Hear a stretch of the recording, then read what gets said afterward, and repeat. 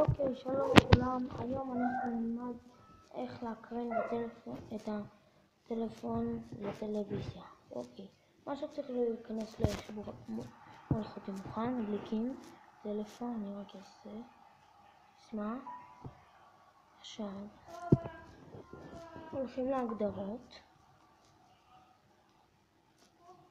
לעוד, חיבור אלחוטי,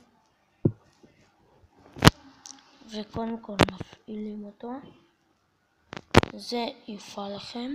עכשיו צג אלחוטי תחבר, וזה מה שאמור להופיע לכם, והנה זה כבר מחובר לנו, הטלפון כבר מחובר לטלוויזיה, וכל מה שאני רואה בטלפון הם רואים בטלוויזיה.